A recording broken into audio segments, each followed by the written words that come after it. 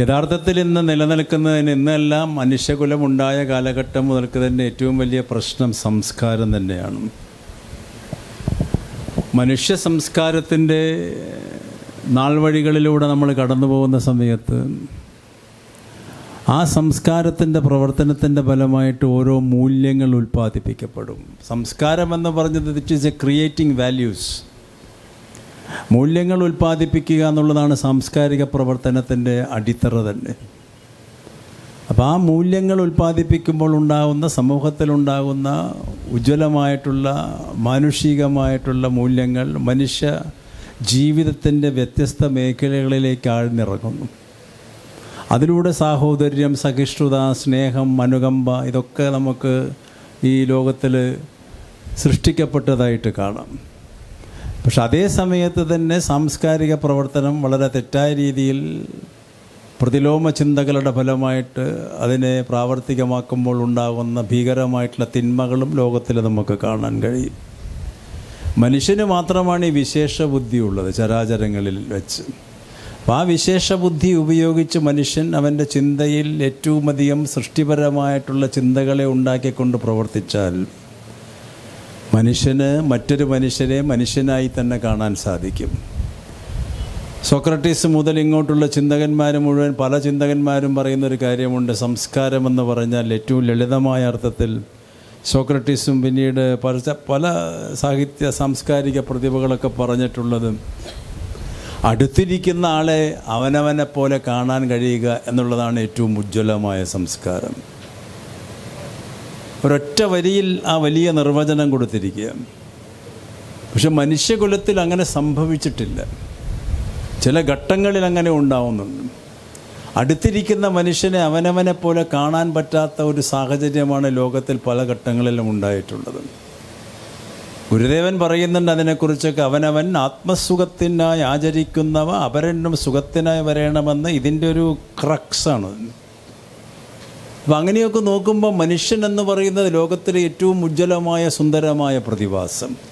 Karl മാർക്സിൻ്റെ ഏറ്റവും പ്രസിദ്ധമായ വചനം എടുത്ത് നോക്കുകയാണെങ്കിൽ one of the sentence, man is the ensemble of the universe എന്ന മാർക്സ് പറഞ്ഞത്. പ്രപഞ്ചത്തിൻ്റെ അടിസ്ഥാന മാനദണ്ഡം മനുഷ്യനാണ്. ആ മനുഷ്യനേക്കാൾ വലിയ പ്രതിഭാസം ലോകത്തിലില്ല. അപ്പോൾ ആ മനുഷ്യന് തൻ്റെ അടുത്തിരിക്കുന്നവരെ മനുഷ്യനായി കാണാൻ സാധിക്കുന്നില്ലെങ്കിൽ പിന്നെ സംസ്കാരത്തിൻ്റെ അർത്ഥം എന്താ? നമുക്ക് ഉജ്ജ്വലമായ സംസ്കാരത്തിൻ്റെ ചരിത്രവും അതിൻ്റെ സിദ്ധാന്തങ്ങളും ദർശനങ്ങളൊക്കെ ലോകത്തിൽ എത്ര വേണമെങ്കിലും പറയാം. അതിനെക്കുറിച്ച് എഴുതിയിട്ടുള്ള പുസ്തകങ്ങൾ വായിക്കാം, ഒക്കെ ഉണ്ടാവാം. Indus valley civilization, Roman civilization, Mesopotamian, Byzantine, അങ്ങനെ ഒരുപാട് ഈജിപ്ഷ്യൻ സിവിലൈസേഷനൊക്കെ നമ്മുടെ മുന്നിലുള്ള നമ്മൾ പഠിച്ച ചരിത്രങ്ങളാണ്. ഭാരതീയ സിന്ധുനദീതട സംസ്കാരം. അപ്പോൾ ഇതിലൂടെയൊക്കെ വന്നിട്ടുള്ള സംസ്കാരത്തിന് ഇന്ന് എന്തു പറ്റി? ഇപ്പോൾ ഭാരതത്തിൽ നമ്മൾ മാത്രം വെച്ച് നോക്കുക, എത്രയെത്ര ദർശനങ്ങളെ ഉൾക്കൊണ്ടിട്ടുള്ള ഒരു രാജ്യമാണ് ഇന്ത്യ. എത്രയെത്ര ദർശനങ്ങളെ പുറമേ നിന്ന് സ്വീകരിച്ചിട്ടുള്ള മഹത്തായൊരു പ്രദേശമാണ് ഈ ഭാരതം. വ്യത്യസ്ത ദർശനങ്ങളെ, സിദ്ധാന്തങ്ങളെ മുഴുവൻ സ്വീകരിച്ചു. ഇവിടെ ഉണ്ടായി ഉപനിഷത്ത്, ഇവിടെ അതിനു മുൻപ് ഉണ്ടായ വേദങ്ങൾ, ഇവിടെ പിന്നീടുണ്ടായ ഭഗവത്ഗീതയും മഹാഭാരതവും രാമായണവുമെല്ലാം. പിന്നീട് ഇന്ത്യയിലേക്ക് കടന്നു വന്നു വിശുദ്ധ ഖുർആൻ, വിശുദ്ധ ബൈബിൾ. ഇവിടെ ബുദ്ധനും ജൈനനും ഉണ്ടായി. അങ്ങനെ എന്തെല്ലാം ദർശനങ്ങളുണ്ടായി. ഈ ദർശനങ്ങളിലൊക്കെ നന്മയുമുണ്ട്, തിന്മയുമുണ്ട്. ഒരു ദർശനവും അൾട്ടിമേറ്റായിട്ടൊരു ദർശനമല്ല എന്ന് വിശ്വസിക്കുന്ന ഒരാളാണ് ഞാൻ. ഓരോ ദർശനങ്ങളെയും നമുക്ക് നമ്മുടേതായിട്ട് രീതിയിൽ കാഴ്ചപ്പാടിൽ നമുക്കതിനെ ഇൻ്റർപ്രറ്റ് ചെയ്യാം, അതിനോട് യോജിക്കാം, അതിനോട് വിയോജിക്കാം, അത് വേറെ കാര്യം. പക്ഷേ ഈ ദർശനങ്ങളുടെ മുഴുവൻ ഉള്ളടക്കത്തിൽ മാനുഷികത, മാനവികതയെ ചേർത്ത് പിടിക്കുക. ഇന്ത്യൻ കൾച്ചറിൻ്റെ ഏറ്റവും വലിയ പ്രത്യേകത is assimilation and accepting of ideas എന്നാണ്. എല്ലാ ദർശനങ്ങളെയും ഉൾക്കൊള്ളുന്ന ഒരു വലിയ ബൃഹത്തായ സംസ്കാരം, മറ്റ് ദർശനങ്ങളെ ആക്സെപ്റ്റ് ചെയ്യുന്നൊരു സംസ്കാരം, എ കൾച്ചർ ഓഫ് ഇൻക്ലൂഷൻ. അതാണ് ഇന്ത്യൻ സിവിലൈസേഷൻ. എക്സ്ക്ലൂഷൻ എന്നുള്ളൊരു വാക്ക് ഭാരതീയ ചിന്തയിലില്ല. അത് ഈ തിരുനാവായയുടെ തൊട്ടപ്പുറത്ത് ജനിച്ചിട്ടുള്ള ഇന്ത്യ കണ്ട വലിയ മാർക്സിസ്റ്റ് പണ്ഡിതന്മാരിലുള്ള ഒരാളായ സഖാവ് കെ ദാമോദരൻ്റെ ഭാരതീയ ചിന്തയിൽ തന്നെ അടിവരയിട്ട് പറയുന്നുണ്ട്, India is A country of inclusion. ആ ഇൻക്ലൂഷൻ എന്ന് പറയുന്ന സംഭവമാണ് ഇപ്പം ഇന്നില്ലാതെ ആയിക്കൊണ്ടിരിക്കുന്നത്. ഒന്നിനെയും ഉൾക്കൊള്ളാൻ പറ്റുന്നില്ല. ഒരു തരത്തിലുള്ള വ്യത്യസ്ത ചിന്തകളെയും ഉൾക്കൊള്ളാൻ പറ്റാത്തൊരു സമൂഹമായിട്ട് നമ്മൾ മാറിക്കൊണ്ടിരുന്നു. മാറിക്കഴിഞ്ഞു, കൊണ്ടിരിക്കുന്നതല്ല, മാറിക്കഴിഞ്ഞു. അസാധാരണമായ രീതിയിൽ മനുഷ്യൻ്റെ വ്യത്യസ്ത അഭിപ്രായങ്ങളെ, വ്യത്യസ്ത ചിന്തകളെ, വേഷവിധാനങ്ങളെ, ഭാഷകളെ ഒക്കെ ചില പ്രത്യേക ഭരണകൂടത്തിൻ്റെ താല്പര്യത്തിനനുസരിച്ച് ചവിട്ടിമതിക്കുക, അവർ പറയുന്നത് മാത്രം പറയുക, അവർ കേൾക്കാൻ പറയുന്നത് മാത്രം കേൾക്കുക, അവർ കാണാൻ പറയുന്നത് മാത്രം കാണുക എന്നുള്ള ഒരു ദിശയിലേക്ക് രാഷ്ട്രം പോയി. അപ്പം ഇതിനെതിരെ എന്താ ഒരു പ്രതിരോധം? എപ്പോഴും ഇപ്പോൾ നേരത്തെ ഇവിടെ സൂചിപ്പിച്ച ഫാസിസത്തിനെ കുറിച്ച് സൂചിപ്പിച്ചപ്പോൾ ഈ സംസ്കാരവും ഫാസിസവും വളരെ അടുത്ത് കിടക്കുന്ന സാധനങ്ങളാണ്, രണ്ട് വ്യത്യസ്ത ധ്രുവത്തിലാണെങ്കിലും. ഫാസിസം എപ്പോഴും ഏത് രാജ്യത്തും ആധിപത്യം ചെലുത്തുക രാഷ്ട്രീയ രംഗത്തിലൂടെയല്ല. ഫാസിസം എപ്പോഴും രാഷ്ട്രത്തിൻ്റെ വ്യത്യസ്ത മേഖലകളിൽ ആധിപത്യം ചെലുത്തുന്നത് സാംസ്കാരിക രംഗത്തിലൂടെയും വിദ്യാഭ്യാസ രംഗത്തിലൂടെയുമാണ്. അതിൽ സമഗ്രാധിപത്യം സ്ഥാപിച്ചതിന് ശേഷമാണ് രാഷ്ട്രീയത്തിൽ അവർ ആധിപത്യം സ്ഥാപിക്കുക. ഹിറ്റ്ലർ മുതൽക്കും കൊണ്ടെടുത്ത എല്ലാ ഏകാധിപതികളുടെ ചരിത്രം എടുത്ത് പരിശോധിച്ചാൽ നമ്മുടെ മുന്നിൽ അത് വസ്തുതകളായിട്ട് മുന്നിൽ നിൽക്കുന്നുണ്ട്. ഇന്ത്യയിൽ എങ്ങനെയാണ് അത് നടന്നു വരുന്നത്? നമ്മുടെ സംസ്കാരം തിരുനാവായി ഇന്ത്യയിലുള്ളൊരു പ്രദേശം, മാമാങ്കം നടന്ന സ്ഥലം. മാമാങ്കത്തിനെ കുറിച്ച് ഡോക്ടർ ഇവിടെ സംസാരിക്കും. അപ്പോൾ സ്വാഭാവികമായിട്ട് ഇത്തരത്തിലുള്ള ഒരുപാട് ഉത്സവങ്ങളും ഒരുപാട് തരത്തിലുള്ള പ്രത്യേക തരത്തിലുള്ള വൈവിധ്യത്തിൻ്റെ ഏറ്റവും വലിയ സമന്വയങ്ങളും സമ്മേളനങ്ങളുമുള്ളൊരു പ്രദേശമാണ് ഇന്ത്യ. ആ ഭാരതത്തിൽ, ആ വ്യത്യസ്തമായ ചിന്തകളുടെ ബഹുസ്വരതയുടെ കേളീരംഗമായ ഭാരതത്തിൽ ഇന്ന രീതിയിലുള്ള ചിന്തകളെ പാടുള്ളൂ എന്ന് പറയുമ്പോൾ ഇന്ന് സമൂഹത്തിലുണ്ടാവുന്ന പ്രശ്നമെന്താ? ചിന്തിക്കാത്തവർ പ്രവർത്തിക്കുന്നു, പ്രവർത്തിക്കുന്നവർ ചിന്തിക്കുന്നുമില്ല. അങ്ങനത്തെ ഒരു ഘട്ടത്തിലാണ് നമ്മൾ നിൽക്കുന്നത്. ചിന്തിക്കാത്തവർ പ്രവർത്തിച്ചു കൊണ്ടിരിക്കുന്നു ബഹുഭൂരിഭാഗം വരുന്ന ജനത, പ്രവർത്തിക്കുന്നവരാവട്ടെ ഗഹനമായ ചിന്തയിലൂടെ കടന്നു പോകുന്നുമില്ല. ഇപ്പോൾ ഈ സ്റ്റേജിൽ രണ്ട് മഹാപ്രതിഭകളുടെ രണ്ട് ഫോട്ടോ ഇരിക്കുന്നു. ഒരു വശത്ത് മഹാത്മാഗാന്ധി, ഒരു വശത്ത് ബുദ്ധൻ. ഇവരുടെ ചിന്തകളെ ആർക്ക് വേണമെന്ന് ഇന്ത്യയിൽ? എക്സ്പെരിമെൻറ്റ്സ് വിത്ത് ട്രൂത്ത് എന്ന് പറയുന്ന ഗ്രന്ഥം വായിക്കാത്തവരാണ് ഇന്ത്യയിലെ ബഹുഭൂരിഭാഗം വരുന്ന മനുഷ്യരും. ബുദ്ധനെക്കുറിച്ച് കേട്ടറിവ് പോലുമില്ലാത്ത മഹാജനതയുള്ള രാജ്യമാണ് ഇന്ത്യ. അപ്പോൾ അങ്ങനെയുള്ള ഒരുപാട് ദർശനങ്ങളും ദാർശനികമായിട്ടുള്ള ചിന്തകളൊക്കെ നമ്മുടെ മുന്നിലുണ്ടപ്പോൾ ഇന്ന് ഫാസിസ്റ്റ് ഭരണകൂടം സംസ്കാരത്തിനെ അട്ടിമറിക്കുകയാണ്. ചരിത്രത്തിനെ വിധ്വംസന പ്രക്രിയയ്ക്ക് വിധേയമാക്കുന്നു. ഒന്നാമത്തെ വഴി അതാണ്. ഇന്ത്യൻ പുരാണങ്ങളെ ദുർവ്യാഖ്യാനിക്കുന്നു. ഇന്ത്യൻ തത്വസംഹിതകളെ മുഴുവൻ അവർക്കേതായിട്ടുള്ള രീതിയിൽ വ്യാഖ്യാനിച്ചു കൊണ്ടിരിക്കുന്നു. ഈ മൂന്ന് രംഗത്തിലൂടെയാണ് സാംസ്കാരികാധിപത്യം ഏത് രാജ്യത്തും ഉണ്ടാകുന്നത്. ഹിറ്റ്ലർ അവിടെ തുടങ്ങിയത് ജർമ്മനിയിൽ തുടങ്ങിയതാണ്. മലബാറിലെ സാംസ്കാരിക ചരിത്രത്തിലേക്ക് നമ്മൾ കടക്കുമ്പോൾ ഇതിൻ്റെയൊക്കെ ഭാഗം നമുക്ക് കാണാം. മലബാറിലെ സാംസ്കാരിക ചരിത്രം എന്ന് പറഞ്ഞാൽ കൊളോണിയൽ വിരുദ്ധ ചരിത്രം, കൊളോണിയൽ വിരുദ്ധ പോരാട്ടത്തിൻ്റെ ചരിത്രമാണ് മലബാറിലെ സാംസ്കാരിക ചരിത്രം. സാമ്രാജ്യത്വത്തിനെതിരായ പോരാട്ടം, നാടുവാഴിത്വത്തിനെതിരായ പോരാട്ടം, സവർണാധിപത്യത്തിനെതിരായ പോരാട്ടം. ആ സവർണാധിപത്യം കാണിച്ചു വച്ചിട്ടുള്ള ഉച്ചനീചത്വങ്ങൾ, ജാതി തൊട്ടുകൂടായ്മയ്ക്കെതിരായിട്ടുള്ള പോരാട്ടമാണ് മലബാറിൽ നടന്ന ഭൂരിഭാഗം വരുന്ന സമരങ്ങളും.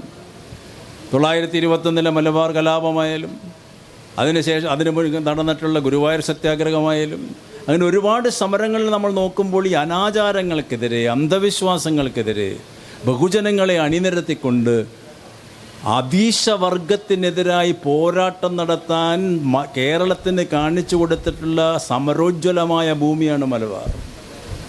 വൈദേശിക ആധിപത്യത്തിൻ്റെ ഏറ്റവും വൃത്തികെട്ട ചിന്താഗതികൾക്കെതിരായ പോരാട്ടം നടത്തിയ പ്രദേശമാണ് മലബാർ. ഫാസിസത്തിനെതിരായ സമരം ഇവിടെ തുടങ്ങിയ ആദ്യം. പോർച്ചുഗീസ് ആധിപത്യത്തിനെതിരായി, ബ്രിട്ടീഷ് ആധിപത്യത്തിനെതിരായ പോരാട്ടം നയിച്ചിട്ടുള്ള ഭൂമിയാണ് മലബാർ. അപ്പോൾ അവരൊക്കെ ഈ രാജ്യത്തേക്ക് വന്ന സമയത്ത് പോർച്ചുഗീസ് ബ്രിട്ടീഷ് ആധിപത്യത്തിനെതിരായ പോരാട്ടം നടത്തുമ്പോൾ സാമൂതിരി രാജാവായാലും ശരി, അദ്ദേഹത്തിൻ്റെ പടനായകനായ കുഞ്ഞാലിമരയ്ക്കാരായാലും ശരി, സാമൂതിരിയുടെ ഏറ്റവും സന്തത സുഹൃത്തായിരുന്ന സൈനുദ്ദീൻ മഖ്ദൂമായാലും ശരി, ഇവരൊക്കെ ഒറ്റയ്ക്ക് ഒരുമിച്ച് ഐക്യകണ്ഠേന നിലനിന്നുകൊണ്ട് സാമ്രാജ്യത്വത്തിനെതിരായ പോരാട്ടം നടത്തി. അതൊരു സാംസ്കാരിക മുന്നേറ്റമായിരുന്നു. അധിനിവേശ ശക്തികൾക്കെതിരായ പോരാട്ടം, മനുഷ്യന് സ്വാതന്ത്ര്യത്തോടുകൂടി തലയുയർത്തിപ്പിടിച്ചുകൊണ്ട് ഞങ്ങളും മനുഷ്യനാണെന്ന് പറയാൻ വേണ്ടി പഠിപ്പിച്ചിട്ടുള്ള ഉജ്ജ്വല സമരങ്ങൾ നടന്നിട്ടുള്ള പ്രദേശമാണ് മതസഹിഷ്ണുതയുടെ കേളീരംഗം. സാമൂതിരിയെ രക്ഷിച്ചത് മുഴുവൻ ഈ മലബാറിലെ അവരുടെ സാമൂതിരിയുടെ ഏറ്റവും ആത്മാർത്ഥ സുഹൃത്തുക്കൾ മുഴുവൻ മുസ്ലിം സഹോദരി സഹോദരന്മാരാണ്. എത്രയോ നൂറ്റാണ്ടുകളായിട്ട് ഇവിടെ നിന്നിട്ടുള്ള മതസഹിഷ്ണുതയുടെ ഏറ്റവും വലിയ ആ കാലഘട്ടം സാമൂതിരിയിൽ നമുക്ക് പ്രത്യക്ഷമായിട്ട് കാണാം. ഇപ്പോൾ ഞാൻ താമസിക്കുന്ന പൊന്നാനിയിൽ സൈനുദ്ദീൻ മഖ്ദൂം വന്നിട്ടാണ് അവിടുത്തെ വലിയ പള്ളി പണി കഴിപ്പിച്ചത്. പൊന്നാനിയിൽ ജമാഅത്ത് പള്ളി. അന്ന് സാമൂതിരിയുടെ സമ്മർ പാലസ് ആ പള്ളിക്ക് ഇപ്പുറത്തുള്ള തൃക്കാവ് എന്ന് പറയുന്ന പ്രദേശത്താണ്. സാമൂതിരിയെ വന്ന് സൈനുദ്ദീൻ മഖ്ദൂം കാണുന്നുണ്ട്. അതൊക്കെ ചരിത്ര രേഖകളിലുള്ളതാണ്. സൈനുദ്ദീൻ മഖ്ദൂം രണ്ടാമൻ വരുന്ന സമയത്താണ് സാമൂതിരിയോട് ഇങ്ങനെ പള്ളി പണിയണമെന്ന് ആവശ്യപ്പെടുന്നതും അപ്പോൾ ഒരു തേക്ക് മുറിക്കണമെന്ന് ആവശ്യപ്പെടുന്നു. തന്നെത്താൻ മുറിക്കേണ്ട വല്ല പ്രകൃതിയിൽ വല്ല പ്രശ്നമുണ്ടെങ്കിൽ അത് മറിഞ്ഞുകൊണ്ട് എടുത്തോളൂന്ന് സാമൂതിരി പറയുന്ന ഒരു രേഖയുണ്ട്. രേഖകളൊക്കെ പരസ്പരം അത് പൂർണ്ണമായി സത്യസന്ധമാണോ എന്നല്ലെങ്കിലും അതൊരു ഐതിഹ്യമായിട്ട് നിലനിർത്താൽ തന്നെ അതിൽ കാണുന്നൊരു സന്ദേശമുണ്ട്. ആ കൊടുങ്കാറ്റിൽ ആ തേക്കുമരം വീഴുകയും അത് ഒലിച്ചൊലിച്ചൊലിച്ച് പോയി കനോലി കനാലിലൂടെ പോയി മരക്കടവ് എന്ന പ്രദേശത്ത് വന്ന് നിൽക്കുകയും ചെയ്തു. ആ മരക്കടവ് എന്ന് പറഞ്ഞ പ്രദേശം ഇപ്പോഴും പൊന്നാനിയിലുണ്ട്. മരം വന്നടിഞ്ഞ സ്ഥലം. ആ തേക്കെടുത്തിട്ടാണ് വലിയ പള്ളി സൈനുദ്ദീൻ മഖ്ദൂം ഉണ്ടാക്കുന്നത്. സൈനുദ്ദീൻ മഖ്ദൂമിൻ്റെ മഹാതമായ പാണ്ഡിത്യത്തിന് ഏറ്റവും അധികം ബഹുമാനിച്ച ആളാണ് സാമൂതിരി. ആ സൈനുദ്ദീൻ മഖ്ദൂമിൻ്റെ പണ്ഡിതോചിതമായിട്ടുള്ള പ്രസംഗങ്ങൾ എല്ലാ പള്ളികളിലും നടക്കുമ്പോൾ, ഏത് പ്രദേശങ്ങളിലും നടക്കുമ്പോൾ അത് മാത്രം മതി തൻ്റെ മതസഹിഷ്ണുതയുടെ ഏറ്റവും വലിയ ദൃഷ്ടാന്തമായിട്ട് പറയാൻ എന്ന് പറഞ്ഞ ആളാണ് സാമൂതിരി. മാനവിക്രമൻ. കുഞ്ഞാലിമരയ്ക്കാർ കോഴിക്കോട് നിന്ന് പൊന്നാനിയിൽ വന്ന് താമസിക്കുന്നുണ്ട് സൈനുദ്ദീൻ മഖ്ദൂമിൻ്റെ പ്രഭാഷണം കേൾക്കാനും വിജ്ഞാനം നേടാനുമെല്ലാം. സൈനുദ്ദീൻ മഖ്ദൂം മഹാനായ അക്ബർ ചക്രവർത്തിയുമായിട്ട് ആശയവിനിമയം നടത്തിയിട്ടുള്ള ആളായിരുന്നു ആ കാലഘട്ടങ്ങളിൽ. അദ്ദേഹം രചിച്ചിട്ടുള്ള പുസ്തകങ്ങൾ അവിടെ നിന്നൊക്കെ കാണിക്കുന്നത് മതസഹിഷ്ണുതയുടെ ഉദ്യാനമായിരുന്നു ഈ പ്രദേശങ്ങൾ മുഴുവൻ. സാമൂതിരിയാണെങ്കിൽ പ്രത്യേകിച്ചും തൻ്റെ വിദേശ സുഹൃത്തുക്കൾക്കെല്ലാം എല്ലാ കപ്പലുകൾക്ക് കോഴിക്കോട് വന്ന് അടുക്കാനും അവിടെ കച്ചവടം, പ്രത്യേകിച്ച് അറബ് ചൈനീസ് വിഭാഗത്തിന് അവരുടെ കപ്പലുകൾക്ക് പുറമെ മറ്റ് കപ്പലുകൾക്ക് പോലും തീരത്തടുത്തുകൊണ്ട് അവരുടെ കപ്പലുകളിൽ പുതിയ ഇന്ധനം നിറയ്ക്കാനും വെള്ളം നിറയ്ക്കാനും ഒക്കെ ഉള്ള സൗകര്യം ഫ്രീ പോർട്ടായിട്ട് കാലിക്കറ്റിനെ ഡിക്ലെയർ ചെയ്തതോടുകൂടി കാലിക്കറ്റ് ഏറ്റവും വലിയ തുറമുഖമായിട്ട് പരിണമിച്ചു. സമ്പത്തിൻ്റെ പ്രവാഹമുണ്ടായി പ്രദേശത്ത് മുഴുവൻ. പക്ഷെ ആ സമ്പത്തിൻ്റെ പ്രവാഹമുണ്ടായപ്പോഴും മതേതരത്വത്തിൻ്റെ കാവൽപടനായിട്ട് നിന്നു പല ഘട്ടങ്ങളിലും. അപ്പോൾ ഇതൊക്കെ കാണുമ്പോൾ അന്ന് ചരിത്രത്തിനെ ദുർവ്യാഖ്യാനിച്ചിട്ടില്ല, മതത്തിനെ ദുർവ്യാഖ്യാനിച്ചിട്ടില്ല. പക്ഷേ ഇന്നത്തെ ഇന്ത്യയിൽ നമ്മൾ കാണുന്നത് ചരിത്ര ദുർവ്യാഖ്യാനവും മത ദുർവ്യാഖ്യാനവുമാണ് ഇവിടെ. റമീല താപ്പറിൻ്റെ ഏറ്റവും പ്രസിദ്ധമായൊരു പുസ്തകമുണ്ട്, ദ പബ്ലിക് ഇൻ്റലക്ച്വൽസ് എന്നൊരു പുസ്തകം. ആ പുസ്തകത്തിൽ അവർ പറയുന്നുണ്ട്, question the authority. To question or not, that is a question. ചോദ്യം ചോദിക്കണമോ വേണ്ടയോ എന്നാണ് ഏറ്റവും വലിയ ചോദ്യം. അതാണ് ഇന്ത്യയിലെ ഇന്നത്തെ ഏറ്റവും വലിയ ചോദ്യം. ആരും ചോദിക്കുന്നില്ല ചോദ്യങ്ങൾ. ചോദിച്ചാൽ പിന്നെ അദ്ദേഹം ജീവിച്ചിരിക്കുമോ, അദ്ദേഹം തുറുങ്കിലടക്കപ്പെടുമോ എന്നുള്ള ഭയമാണ് സകലമാന രംഗങ്ങളിലും ഇന്ന് പ്രതിഫലിക്കപ്പെടുന്നത്. റമീല താപ്പർ എപ്പോഴും ജീവിച്ചിരിക്കുന്നുണ്ടല്ലോ. ടു ക്വസ്റ്റ്യൻ, ആര് ചോദിക്കുന്നു ഈ ചോദ്യം? ചോദ്യം ചോദിക്കുന്നവരെ ആർക്കും ഇഷ്ടമല്ല, നിലപാടുള്ളവരെ ആർക്കും ഇഷ്ടമല്ല. എന്താണ് വാത്മീകിയുടെ രാമൻ പറഞ്ഞത്? എന്താണ് എല്ലാ ഗ്രന്ഥങ്ങളിലും ഞാൻ നേരത്തെ സൂചിപ്പിച്ചതുപോലെ നന്മയുടെ വശങ്ങളുണ്ടാകാം, തിന്മയുടെ വശങ്ങളുണ്ടാകാം. പക്ഷെ വാൽമീകിയുടെ രാമൻ അല്ലോ ഇന്ന് ഇന്ത്യ ആരാധിക്കുന്ന രാമൻ. എങ്ങനെയാണ് സാംസ്കാരികമായ പരിണാമം അവിടെ വന്നത്? ആ പുതിയ രാമനെയല്ലേ ഇന്ത്യയിലെ ജനങ്ങൾ മുഴുവൻ ആരാധിക്കുന്നത്. കാട്ടച്ഛനും അല്ലെങ്കിൽ നന്ദ്രിയോത്തച്ഛനും ഇതൊക്കെ വാൽമീകിയുടെ സാജസദസ്സിൽ അംഗങ്ങളായിരുന്നവർ മുഴുവൻ ഇവിടെ ഒരു പള്ളി പൊളിക്കാനും പോയിട്ടില്ല, ഇവിടെ ഒരു ആരാധനാലയങ്ങളെങ്കിലും തകർക്കാൻ വേണ്ടിയിട്ട് അവർ നടന്നിട്ടില്ല. മതസഹിഷ്ണുതയുടെ കേളീരംഗമായിരുന്നപ്പോൾ നമ്മൾ ഈ സമ്മേളനം നടക്കുന്ന തിരുനാവായിലായതുകൊണ്ട് സാമൂതിരി മാമാങ്കത്തിൻ്റെ നെടുനായകത്വം വഹിച്ചുകൊണ്ട് അതിൽ തൻ്റെ പടവാൾ ഉയർത്തിക്കൊണ്ട് നിന്നിട്ടുള്ള സ്ഥലമാണിത്. തന്നെ വധിക്കാൻ വരുന്നവരാരും അധികാരത്തിൻ്റെ ഏറ്റവും വലിയ പ്രതീകമായിട്ട് സാമൂതിരി നിന്നു വള്ളവക്കോനാതിരിയെ പരാജയപ്പെടുത്തിക്കൊണ്ട്. അതായിരുന്നല്ലോ മാമാങ്കത്തിൻ്റെ ചരിത്രം. അതൊക്കെ എല്ലാവർക്കും അറിയാം, അദ്ദേഹം പറയുകയും ചെയ്യും. പക്ഷെ അങ്ങനത്തെ ഒരു സമഗ്രാധിപത്യത്തിൽ നിലനിൽക്കുമ്പോൾ തന്നെ അദ്ദേഹത്തിൻ്റെ ഏറ്റവും അടുത്ത സഹചാരികൾ മുഴുവൻ ഇങ്ങനെ പറയുന്ന ആൾക്കാരായിരുന്നു. അപ്പോൾ ഇന്ത്യ എപ്പോഴും ചിരപുരാതന കാലം മുതൽക്ക് തന്നെ ഈ വ്യത്യസ്ത ദർശനങ്ങളെ ഉൾക്കൊണ്ടു, വ്യത്യസ്ത സിദ്ധാന്തങ്ങളെ ഉൾക്കൊണ്ടു. മുഗൾ രാജവംശത്തിൻ്റെ കാലഘട്ടം 1600 ചില്ലുവാനം കൊല്ലം മുഗൾ രാജവംശം ഇന്ത്യ ഭരിച്ചു. എന്ത് അപകടമാണ് അവരിവിടെ ഉണ്ടാക്കിയിട്ടുള്ളത്? ഇപ്പോൾ അവരെ പഠിപ്പിക്കുക. റമീല താപ്പർ അതാണ് പറയുന്നത്, why Indian historical council of research is emphasizing that you should not study Mughal period. എന്തുകൊണ്ട് മുഗൾ പീരീഡ് പഠിപ്പിക്കാൻ പാടില്ല എന്ന് പറയുന്നു? അക്ബർ ചക്രവർത്തിയുടെ കാലഘട്ടത്തിലല്ലേ ഇന്ത്യ ഏറ്റവും സമ്പൂർണ്ണമായ സമൃദ്ധിയിലേക്ക് വന്നത്. മധ്യ ഇന്ത്യയെക്കുറിച്ച് പഠിക്കരുത് എന്നാണ് പറയുന്നത്. ഇപ്പം മലബാറിലെ സംസ്കാരത്തെക്കുറിച്ച് പറയുമ്പോൾ, അതിൻ്റെ ചരിത്രത്തെക്കുറിച്ച് പറയുമ്പോൾ, ഈ ചരിത്രം ഉണ്ടാക്കുന്നത് തന്നെ മൂല്യങ്ങളിലൂടെയാണ്, സാംസ്കാരികമായ പരിണാമങ്ങളിലൂടെയാണ്. ഇവിടെ അറേബ്യൻ ജനതയും അല്ലെങ്കിൽ മറ്റ് വൈദേശിക ശക്തികളൊക്കെ കൊണ്ടുവന്നിട്ടുള്ള ഒരുപാട് വിദേശ ഉൽപ്പന്നങ്ങൾ വിറ്റഴിക്കപ്പെട്ട പ്രദേശമാണ് ഈ മലബാർ തീരം. ഇവിടെ നിന്ന് കുരുമുളകും, ഇവിടെ നിന്നുള്ള തേങ്ങയും, ഇവിടെ നിന്നുള്ള എണ്ണയും, ഇവിടെ നിന്നുള്ള പച്ചക്കറികളും പലവ്യഞ്ജനങ്ങളും എല്ലാം വിദേശത്തേക്ക് കടന്നുപോയിട്ടുണ്ട്. അവർ അങ്ങനെ ഉണ്ടായൊരു സാംസ്കാരിക വിനിമയം. ചൈനയിലെ കോഴിക്കോട് ഒരു കോളനി തന്നെ ഉണ്ടായി, ചൈന കോളനി എന്ന് പറഞ്ഞിട്ട്. പക്ഷെ സാമൂതിരി കൂടുതൽ പ്രോത്സാഹിപ്പിച്ചിരുന്ന അറേബ്യൻ ജനതയായിരുന്നു. അപ്പോൾ അറബ് ജനതയുടെ നിസ്തുലമായിട്ടുള്ള, അറബ് വംശങ്ങളുടെ നിസ്തുലമായ സഹായം സാമൂതിരിക്കുണ്ടായപ്പോഴും അവിടെയൊക്കെ ഒരു കലാപകലുഷിതമായൊരു അന്തരീക്ഷം ഉണ്ടാക്കാമായിരുന്നില്ലേ? ഉണ്ടായില്ലല്ലോ. അങ്ങനെ ചരിത്രം രേഖപ്പെടുത്തുന്നില്ലല്ലോ. പക്ഷെ ഇന്നത്തെ കാലഘട്ടത്തിൽ അതിന് മാറ്റം വരുന്നതെന്നുകൊണ്ടാണ്. തങ്ങൾ പറയുന്നത് മാത്രം ശരി, അത് മാത്രമേ അനുവർത്തിക്കപ്പെടാൻ പാടുള്ളൂ എന്നൊരു ചിന്താഗതിയുടെ പരിണിതഫലമായിട്ട് അക്ബർ ചക്രവർത്തിയെ എഴുതിയപ്പെട്ട അക്ബർനാമയെക്കുറിച്ച് പഠിപ്പിക്കാൻ പാടില്ല. ഷാജഹാൻ്റെ മകൻ ദാരാഷിക്കുവാണ് ഉപനിഷത്തിൽ 54 ഉപനിഷത്തുകൾ തർജ്ജമ ചെയ്ത് പെർഷ്യൻ ഭാഷയിലേക്ക് പരിഭാഷപ്പെടുത്തിയത് എന്ന് പറയാൻ പാടില്ല. അങ്ങനെ പരിഭാഷപ്പെടുത്തുമ്പോൾ ഉപനിഷത്തിൻ്റെ ഇടതുവശത്ത് ദാരാഷിക്കു എഴുതും ഹരിശ്രീ ഗണപതേയ നമ. ആ പേജിൻ്റെ മറുവശത്ത് എഴുതും, മറ്റേ വലതുഭാഗത്ത് എഴുതും ബിസ്മില്ലാഹിർ റഹീം. ഇങ്ങനെ എഴുതിയൊരു ചക്രവർത്തിയെക്കുറിച്ച് എന്തുകൊണ്ട് ഇവിടെ പഠിപ്പിക്കാൻ പാടില്ല? ഒരു താജ്മഹൽ മാത്രമല്ലല്ലോ ഷാജഹാൻ ഉണ്ടാക്കിയത്. നമ്മുടെ ഇന്ത്യ ചരിത്രത്തിൽ പഠിപ്പിച്ചത് എന്താ? പണ്ട് താജ്മഹൽ ഉണ്ടാക്കിയ ഷാജഹാൻ. ബർണാൾ ഭഗത്ത് ചോദിക്കുന്നുണ്ട്, താജ്മഹൽ ഉണ്ടാക്കിയത് ഷാജഹാൻ മാത്രമാണോ, അതൊരു 10,000-കണക്കിന് കല്ലേന്തി നടന്നിട്ടുള്ള കല്ല് വന്നവരാണോ? അതാണ് KN മണിക്കർ സാമൂതിരിയുടെ ചരിത്രം പറയുമ്പോൾ, സാമൂതിരി പടവാളെടുത്തുകൊണ്ട് നിൽക്കുക മാത്രമല്ല, ഈ മാമാങ്കത്തിന് നിലപാട് തറയിൽ നിന്നുകൊണ്ട് അധികാരത്തിൻ്റെ പ്രതീകമായിട്ട് നിൽക്കുകയല്ല, ആ സാമൂതിരിക്ക് എതിരായിട്ട് പടവെട്ടി 10,000-കണക്കിന് ചാവേറി മരിച്ചു വീണ ചരിത്രം കൊണ്ട് പാവപ്പെട്ട ജനതയുടെ ചരിത്രം അതിൻ്റെ പിന്നിലുണ്ട്. KN മണിക്കർ ഇപ്പം അടുത്താണല്ലോ മരിച്ചു പോയത്. ഇന്ത്യ കണ്ട ഏറ്റവും വലിയൊരു ചരിത്രകാരൻ റമില താപ്പറുടെ സന്തത സുഹൃത്തായിരുന്നു. അപ്പം ചരിത്രം നമ്മൾ കാണേണ്ടത് മനുഷ്യൻ്റെ പക്ഷത്തു നിന്നാണ്. ഭരണാധികാരികളുടെ വെട്ടിത്തിളങ്ങുന്ന വസ്ത്രധാരണങ്ങളോ അവരിട്ട കമ്മലോ അവരിട്ട ആഭരണമല്ലോ ആ ചരിത്രം. ആ ഭരണകൂടത്തിനെ നിലനിർത്തുന്ന കോടിക്കണക്കിന് വരുന്ന ജനതയുടെ അധ്വാനം, വിയർപ്പ്, അതാണ് ചരിത്രം.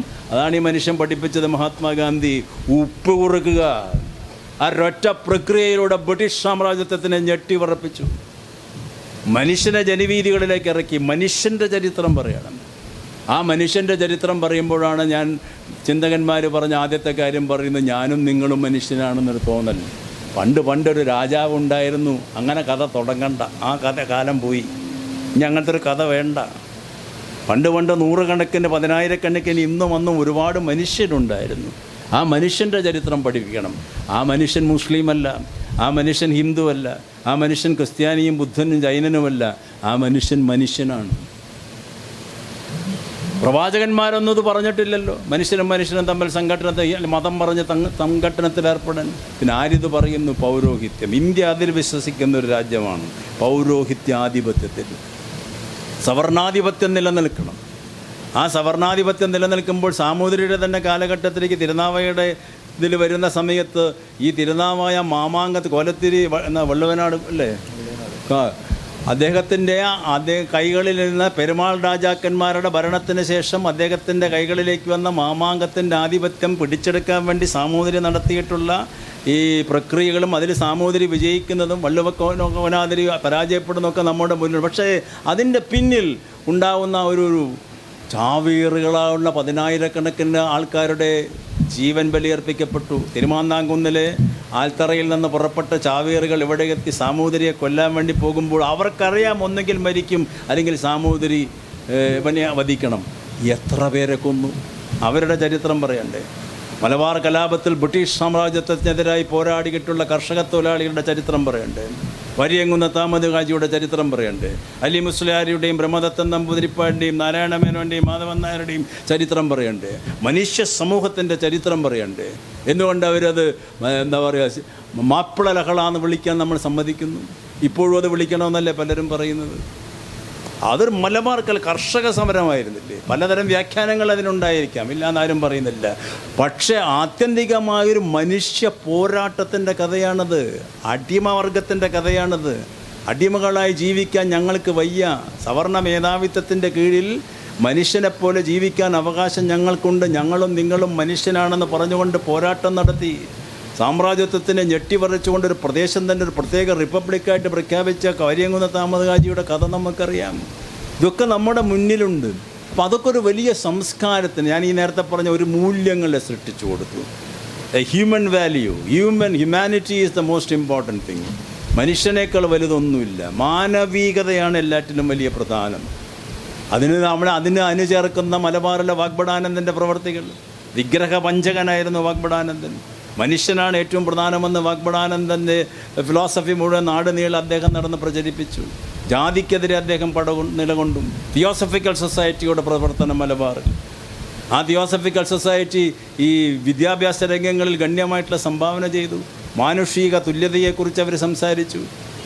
ഗുരുവായൂർ സത്യാഗ്രഹം, കേളപ്പനും മേക്കേജി, ഈ പറയുന്ന കെ ദാമോദരനൊക്കെ നേതൃത്വം നടത്തിയിട്ടുള്ള ആ പ്രസ്ഥാനം ഉച്ചനീചത്വത്തിനെതിരെ പോരാട്ടം നടത്തി. ഇതൊക്കെ വലിയൊരു സാംസ്കാരിക മുന്നേറ്റങ്ങളായിരുന്നില്ലേ? കൊടുങ്ങല്ലൂരിലെ മൗലാന എന്താ പറയുക, ഐക്യ സമാജം, മുസ്ലിം മതവിഭാഗത്തിൻ്റെ നേതൃത്വത്തിൽ, മുക്തിത്തങ്ങളുടെ നേതൃത്വത്തിൽ നടന്ന പോരാട്ടം വലിയൊരു സാംസ്കാരിക മുന്നേറ്റമായിരുന്നില്ലേ? ജാതിയും മതത്തിനെയും എതിർത്തുകൊണ്ട് മനുഷ്യനൊന്നാണെന്ന് പറയുന്ന മുക്തിത്തങ്ങളുടെ ഉജ്ജ്വലമായ ചിന്താഗതി, ഇതൊക്കെ മലബാർ കണ്ടിട്ടുള്ള ഏറ്റവും ഉജ്ജ്വലമായിട്ടുള്ള മുന്നേറ്റങ്ങളായിരുന്നില്ലേ? എന്തുകൊണ്ട് നമ്മൾ പിന്നോട്ട് പോയി ഇതിലല്ലോ? ഇപ്പോൾ ഇവിടെ തന്നെ നേരത്തെ സൂചിപ്പിച്ചു, ഇവിടെയാണ് 2-3 മാസങ്ങൾക്ക് മുമ്പ് കുംഭമേള നടന്ന്. അപ്പോൾ അവിടേക്ക് നമ്മുടെ ചിന്താഗതികൾ എങ്ങനെ എത്തി? ലക്ഷക്കണക്കിന് മനുഷ്യന്മാർ എന്തുകൊണ്ട് അതിൽ പങ്കെടുത്തു? അതാണ് പറയുന്നത്, ഇന്ത്യൻ ജനതയിൽ കേരളത്തിലടക്കം ആര് ഭരിക്കുന്നു എന്നുള്ളതല്ല വിഷയം. ഇടതുപക്ഷം ഭരിച്ചാലും ശരി, വലതുപക്ഷം ഭരിച്ചാലും ശരി, ഭരണകൂടം ഇന്ന പക്ഷമായതുകൊണ്ട് ജനങ്ങളുടെ ചിന്താഗതിയിൽ മാറ്റമൊന്നും ഉണ്ടാവണമെന്നില്ല. ജനങ്ങളുടെ ചിന്താഗതിയെ ബൗദ്ധിക തലത്തിൽ, മാനസിക തലത്തിൽ മാറ്റണമെങ്കിൽ നിരന്തരമായ ആശയപ്രചരണം വേണം. കേവലമായ ഉപരിപ്ലവമായ രാഷ്ട്രീയ പ്രവർത്തനം കൊണ്ടൊന്നും നടക്കില്ല. ഗുരുദേവൻ പണ്ട് ചെയ്തു, വാഗ്ഭടാനന്ദൻ ചെയ്തു, അയ്യങ്കാളിയും സഹോദരൻ അയ്യപ്പനും ഒക്കെ ചെയ്തു, പഴയ കാലത്തിലെ കമ്മ്യൂണിസ്റ്റ് നേതാക്കന്മാർ ചെയ്തു, കോൺഗ്രസ് പ്രസ്ഥാനത്തിൻ്റെ നേതാക്കന്മാർ ചെയ്തു. ഇന്ന് ആരാശയ സമരം നടത്തുന്നു? രാഷ്ട്രീയ സാമൂഹിക പ്രസ്ഥാനങ്ങളൊന്നും ആശയ സമരത്തിൽ വ്യാപൃതരാകുന്നില്ല.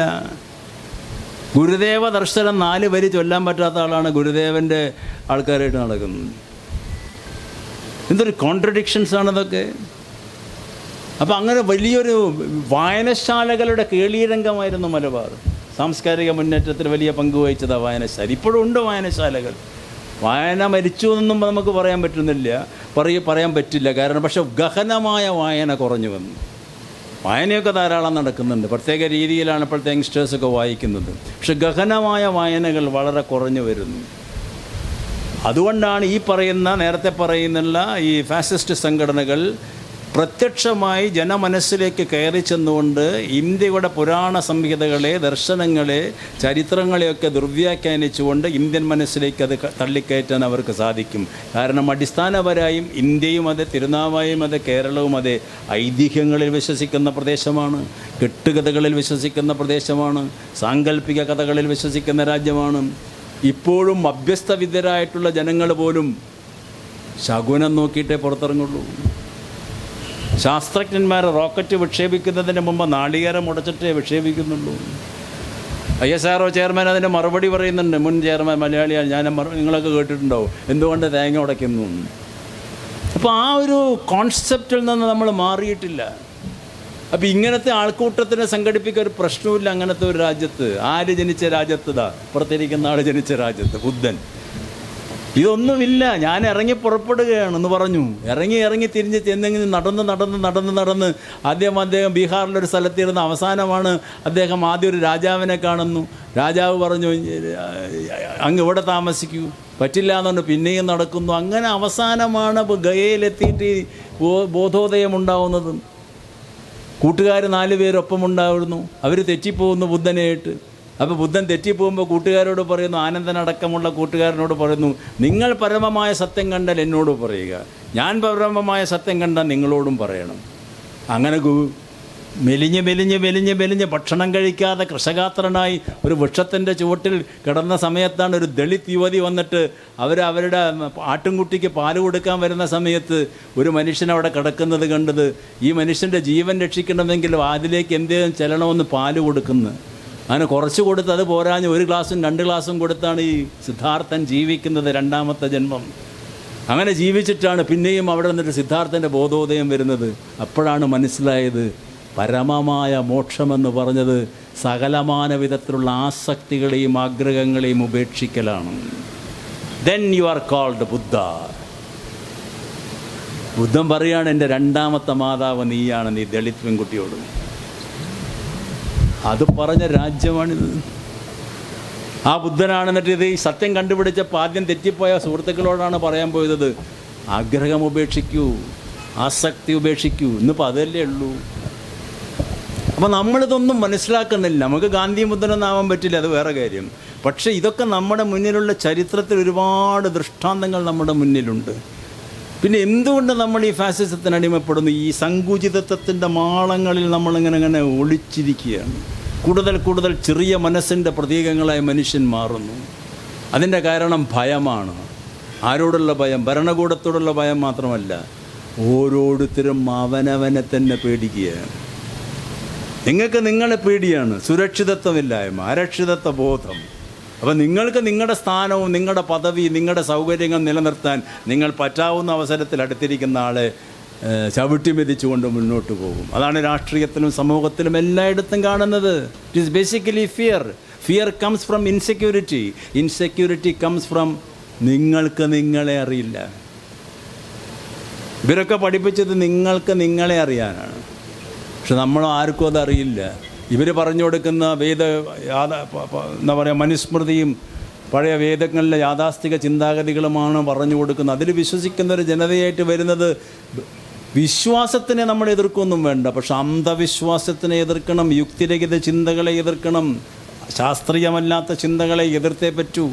വിശ്വാസം ഓരോരുത്തരുടെയും ഇന്നർ ബിലീഫായിരിക്കാം. ചിലർ ബുദ്ധനാവാം, ചിലർ കൃഷ്ണനാവാം, ചിലർ ക്രിസ്തുവാം, അള്ളാഹുവിന് പലതരത്തിലുള്ള വിശ്വാസമുണ്ട്. വിശ്വാസമില്ലാത്തവരുമുണ്ട്, നിരീശ്വരവാദികളുണ്ട്. അതൊക്കെ ഓരോരുത്തരുടെ വ്യക്തിപരമായിട്ടുള്ള അവകാശങ്ങൾ. പക്ഷെ ശാസ്ത്രീയമായ രീതിയിൽ, യുക്തിപരമായ രീതിയിൽ ചിന്തിച്ചുകൊണ്ട് ഏത് വിശ്വാസവും ആ വഴിയിലൂടെ മുന്നോട്ട് നീങ്ങണം. ഒരുപാട് സയൻറ്റിഫിക് ടേംസ് ഖുർആനിലും ബൈബിളിലൊക്കെ ഉണ്ടല്ലോ, ഉപനിഷത്തിലൊക്കെ ഒരുപാട് സയൻറ്റിഫിക് സെൻസസ് ഉള്ള ശ്ലോകങ്ങളും പല അധ്യായങ്ങളും ഉണ്ടല്ലോ. ഉദ്ദാലക മഹർഷി മകനായിട്ടുള്ള ശ്വേതകേതുവിനെ പഠിക്കാൻ പറഞ്ഞയച്ച് 12 വർഷത്തെ പഠനം കഴിഞ്ഞ് ശ്വേതകേതു ആരുണി മഹർഷി ശ്വേതകേതു മടങ്ങി വരുമ്പോൾ അച്ഛൻ ഉമ്മറത്തിരിക്കുന്നുണ്ട്. മഹർഷി മകൻ വലിയ ഗാംഭീര്യത്തോടു കൂടിയാണ് വരുന്നത്, എല്ലാം പഠിച്ചു കഴിഞ്ഞു എന്നുള്ളത്. ആ പഠനം കഴിഞ്ഞ് വരുമ്പോൾ അച്ഛൻ ചോദിക്കുക, ഗുരുനാഥൻ എല്ലാം പഠിപ്പിച്ചു എന്ന് പറയുമ്പോൾ എന്നാൽ അച്ഛൻ ചോദിക്കുക, ഈ ചോദ്യത്തിന് ഉത്തരം പറയുക. ആ ചോദ്യമാണ്, നീ ആരാണ്? ഉപനിഷത്ത് ചോദിക്കുന്ന ഏറ്റവും വലിയ ചോദ്യമാണ്, നീ ആരാണ്? അപ്പോൾ അതറിയില്ല അച്ഛാന്നനും തിരിച്ചു പോയി പഠിച്ചു വരാൻ പറഞ്ഞു. വീണ്ടും ആ മഹർഷിയുടെ ആശ്രമത്തിലേക്ക് പോയി പഠിച്ചു വന്നപ്പോൾ അവസാനം പറയുന്ന ഉപനിഷത്ത് പറയുന്ന മറുപടിയാണ്, നീ നിൻ്റെ ചിന്തയാണ്, നീ നിൻ്റെ പ്രവൃത്തിയാണ്, നീ നിൻ്റെ വാക്കാണ്. അതിനേക്കാൾ അപ്പുറത്തൊരു നീയില്ല. അതാണ് അരുണാചലത്തിൽ രമണ മഹർഷി ലോകത്തോട് ഉപദേശിച്ചിരുന്നത്. കാരണം ഇന്നത്തെ എന്താ പറയുക, വലിയ 4000 കോടി 5000 കോടിയുടെ വിറ്റുവരവുള്ള സ്വാമിമാരായിരുന്നില്ല അവർ. ഇപ്പോൾ ഒരു സ്വാമിയുടെ 70ാം വാർഷികത്തിന് പ്രധാനമന്ത്രിയാണ് പോയത് 4 ദിവസം മുമ്പ്. കാലഘട്ടം മാറുന്ന മാറ്റം കണ്ടു. അപ്പോൾ അവരൊക്കെ പറയുന്നത് ഈ നമ്മുടെ പരമ്പരാഗതമായിട്ടുള്ള ഉജ്ജ്വലമായ ചിന്തകൾ നമ്മൾ വ്യതിചലിച്ചു. നമുക്ക് ഏത് വിശ്വാസത്തിലും വിശ്വസിക്കാം, പക്ഷെ നമ്മൾ മനുഷ്യനെ സ്നേഹിക്കണ്ടേ, മനുഷ്യനെ ചേർത്ത് പിടിക്കണ്ടേ? അവിടെ എന്തിനാ ജാതിയും മതമൊക്കെ? രാജാക്കന്മാരുടെ ചരിത്രം പറയുമ്പോഴും തിരുനാവായയുടെ മായാമാങ്കത്തിൻ്റെ ചരിത്രം, അതിൻ്റെ പിന്നിലുള്ള മനുഷ്യൻ്റേതായിട്ടുള്ള സംഭാവനകൾ, മാനവ സ്നേഹത്തിന് വേണ്ടിയിട്ട് പോരാട്ടം നടത്തിയിട്ടുള്ള പ്രദേശങ്ങളുടെ ചരിത്രം, ഇത് നമ്മൾ ഉൾക്കൊണ്ടിട്ടില്ലെങ്കിൽ സാംസ്കാരിക മുന്നേറ്റം ഉണ്ടാവില്ല. ഗാന്ധിജിയുടെ വചനങ്ങൾ മറന്നിട്ടുള്ള ഇന്ത്യ, മൗലാന ആസാദിനെ മറന്നിട്ടുള്ള ഇന്ത്യ, ജവഹർലാൽ നെഹ്റുവിനെ മറന്നിട്ടുള്ള ഇന്ത്യ എന്ത് ഇന്ത്യയാകും? ഇവിടെ നമ്മുടെ ഭക്ഷണ രീതി അടക്കം അറബികൾ പരിചയപ്പെടുത്തി തന്ന ഭക്ഷണ രീതികൾ. ആരാ ഇവിടെ ബിരിയാണി പരിചയപ്പെടുത്തി തന്നു? പുലാവ് പരിചയപ്പെടുത്തി തന്നതാരാ? ഫിഷ് പുലാവായാലും ചിക്കൻ പുലാവായാലും പേർഷ്യൻ ഭക്ഷണമാണിത്. മുഗൾ രാജവംശം പഠിപ്പിച്ചു കൊടുത്തത്. ഈ സാമൂതിരിയുടെ കാലഘട്ടത്തിൽ അറബികൾ വന്നപ്പോൾ അവർ പഠിപ്പിച്ചു കൊടുത്താണ് ഫിഷ് കറി. അതെന്താ? അത് ഫിഷ് കറി എല്ലാ ഹിന്ദുക്കൾക്കും കഴിക്കാം, പക്ഷെ അത് പഠിപ്പിച്ചാൽ മുസ്ലിങ്ങൾ ഇവിടെ ഉണ്ടാവാനും പാടില്ല. ഖവാലി പാട്ടുകൾ ആരാ പഠിപ്പിച്ചെന്ന്? ഇവിടെ വന്ന സംസ്കാരമാണത്. പെർഷ്യൻ സംസ്കാരമല്ലേ, ഈജിപ്ഷ്യൻ അല്ലേ? ഇതൊക്കെ വിദേശത്ത് നിന്ന് വന്നിട്ടുള്ള ഉജ്ജ്വലമായിട്ടുള്ള എന്താ പറയുക, സർഗ സൃഷ്ടികളല്ലേ. നമ്മളതിനെയൊക്കെ തിരസ്കരിക്കുകയാണ്. ഇന്ത്യയും ഒരുപാട് സംസ്കാരങ്ങൾ കൊടുത്തിട്ടുണ്ട്. നമ്മുടെ നാട്ടിലെ കഥകളി, കളരിപ്പയറ്റ്, ഇതൊക്കെ ഉജ്ജ്വലമായിട്ടുള്ള സംസ്കാരങ്ങളാണ്. ഇവിടുത്തെ ഭരതനാട്യം, ഉജ്ജ്വല മോഹിനിയാട്ടം, ഇതൊക്കെ തെക്കേ ഇന്ത്യയിലെ ഉജ്ജ്വലമായ സംസ്കാരങ്ങളാണ്. അല്ലെങ്കിൽ പക്ഷേ അതൊക്കെ സവർണൻ്റെതായിട്ടുള്ള കാഴ്ചപ്പാടുകളോട് അവതരിപ്പിക്കുമ്പോൾ അപ്പുറത്ത് വേറൊന്നുണ്ട്. ദളിത് ആദിവാസി വിഭാഗത്തിൻ്റെ കലകൾ അത് നിഷേധിക്കപ്പെടുന്നു. ഒരുപാട് കാലഘട്ടത്തിന് ശേഷമല്ലേ മലബാറിൽ തെയ്യം അവതരിപ്പിക്കാനുള്ള അനുമതി തന്നെ കിട്ടുന്നത്. തെയ്യം എന്ന് പറഞ്ഞാൽ യഥാർത്ഥത്തിൽ എന്താ? സാംസ്കാരിക മുന്നേറ്റമല്ലേ.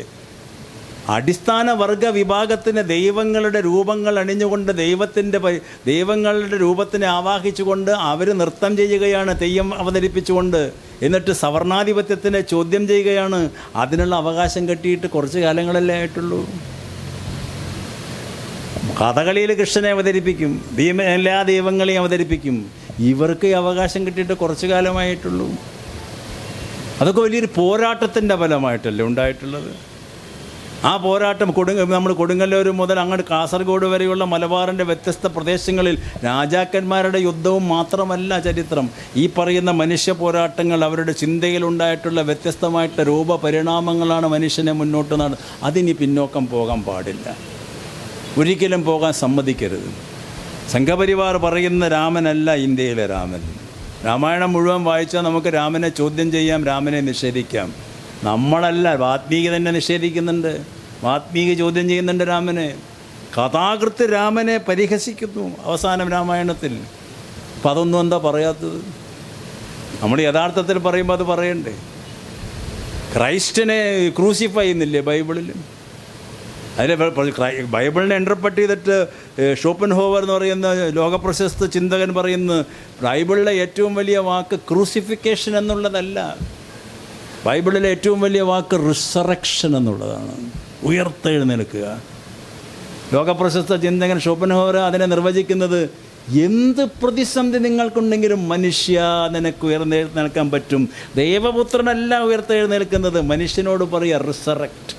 അങ്ങനത്തെ ഒരു സന്ദേശമൊന്നും മനുഷ്യൻ ഉൾക്കൊള്ളുന്നില്ല. നമ്മളത് ദൈവത്തിൻ്റെ പുത്രൻ അദ്ദേഹത്തിന്, പക്ഷെ മനുഷ്യനോടാ പറയുന്നു ഉയർത്തെഴുന്നേൽക്കാൻ.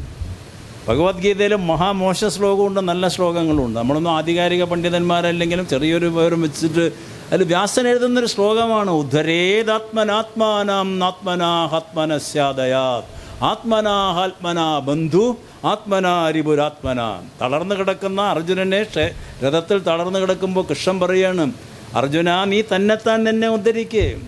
നിൻ്റെ മനസ്സിൻ്റെ ഏറ്റവും വലിയ ശത്രു നീ തന്നെ, നിൻ്റെ മനസ്സിൻ്റെ ഏറ്റവും അടുത്ത ബന്ധുവും നീ തന്നെ. ഞാനല്ല നിൻ്റെ ബന്ധു എന്നാണ് പറഞ്ഞു കൊടുക്കണം. Uplift your mind by your self. ഏറ്റവും ആദ്യത്തെ മോട്ടിവേഷണൽ സ്പീക്കറാണ് കൃഷ്ണൻ, ആദ്യത്തെ സ്റ്റുഡൻറ്റുമാണ്. Bhagavad Gita is a philosophy.